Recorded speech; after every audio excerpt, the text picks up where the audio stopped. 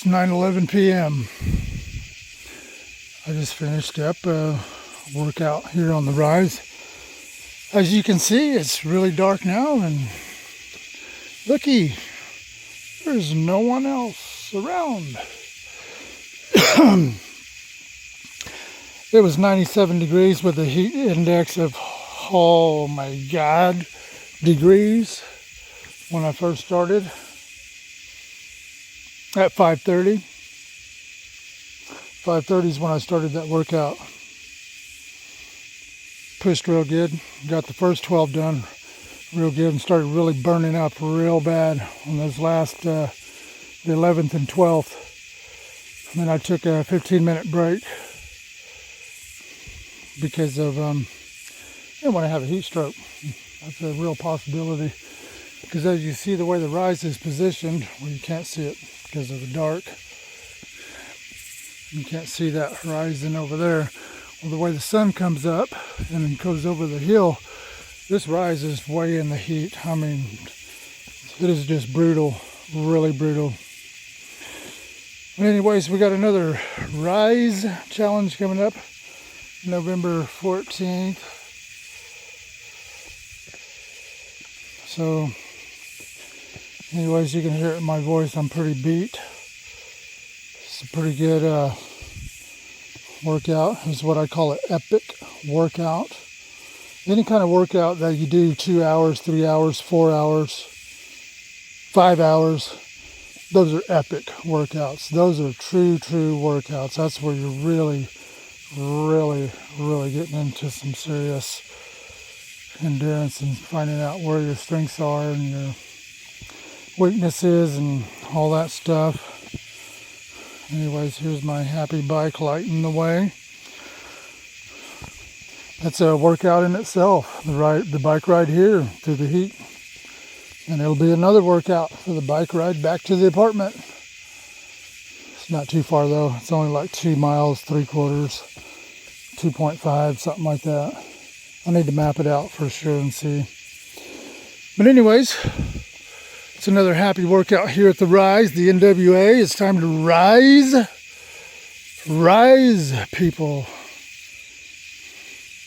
That is, if you want to. If you want to, you can rise. But anyways, on this challenge here, yeah, these stairs, they'll break you. I don't care how good you are. I don't care how strong of an athlete you are. I don't care how young you are. I don't care how in shape you are. I don't care how good you take care of your body. I don't care how perfect your abs are. I don't care how perfect your body is. It's in your mind. It's how many times can you reach the end of reach the end of your rope to where everything in your body is just screaming, stop, stop, stop, stop, stop. And be able to keep pushing past that. And to do a little self-talk and say, you're all right, I got you. Throw up if you have to. Try not to throw up, you don't want to lose your water. Cry if you have to, it's okay. Yeah, it's the Rise. But here's the thing. Here's what I think what will really give you the fuel for your motivation on this Rise challenge on November 8th. If you're going to be going up against people like me, and yes, when I say people like me, it's like you better do some serious. You better get your shit together. You better get your shit together, and it's in your mind. It's not so much of your body. I see so many people come here, and it's like they're fully trimmed and they got front end power, they got torque power, they got muscle power. I'll give them that.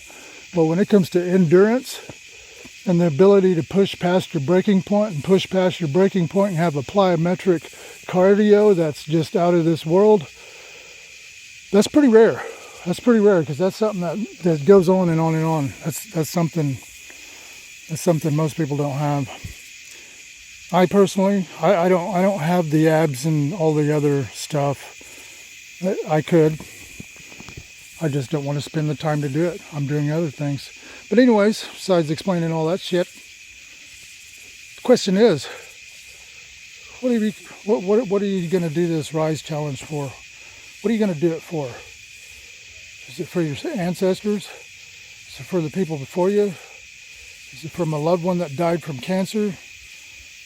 Is it because you lived a shitty sedentary life and you squandered your health with cigarettes and everything, and you had a loved one die right beside you because they were doing the same thing, and now to honor that, you're given a good attitude of gratitude by embracing a suffering and processing that suffering in a healthy way to make it into power and fuel? Is that why you're doing it? Are you doing it because you want to honor your genetics because the people before you, because they built their genetics up, and it is your responsibility to keep building that genetics and send it on down the line into the next generation? Is that your reason for doing it? Are you doing it because it's your responsibility as a human being to be the best you and the healthiest you that you can be? To your family, to your loved ones, to your lover, to your lovers, to your community? Is that why you're doing it?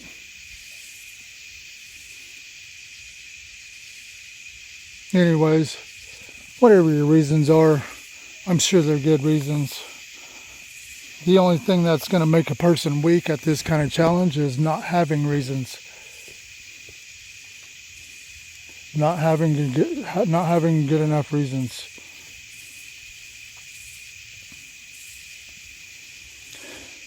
If you got some good reasons why you're doing it, if you got good reasons that's pertaining to the past from the people before us, and the people right now, and the people of the future that ain't even born, if you're pressing in on those three angles, you're probably going to do a lot better than if you're just doing it just for the challenge, just to be better or whatever, you know. I think most of the meat and taters is in the training, like this training here. It's dark, the stars are out, there's no one here other than a hoot owl up there in the valley hooting, bunch of bugs, crickets. I'm completely taxed. I didn't look at the paper, but I think I did, I don't know, probably 4 hours. I'll look at it when I get in the light and look at it. I do it in sections and mark it out. Each time you go up, come back down, get down here to the bottom, do 10 squats real fast, run, go back up it, come back down, do 10 squats. That's what I'm training at right now.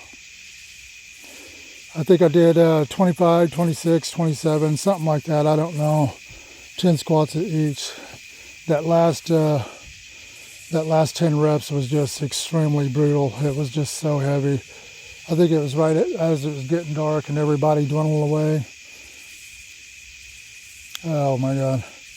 It was heavy. My body was crying all the way from the inside out. Great suffering. Great suffering. That's the kind of suffering you want. I think there's two kinds of suffering in this world, and only two.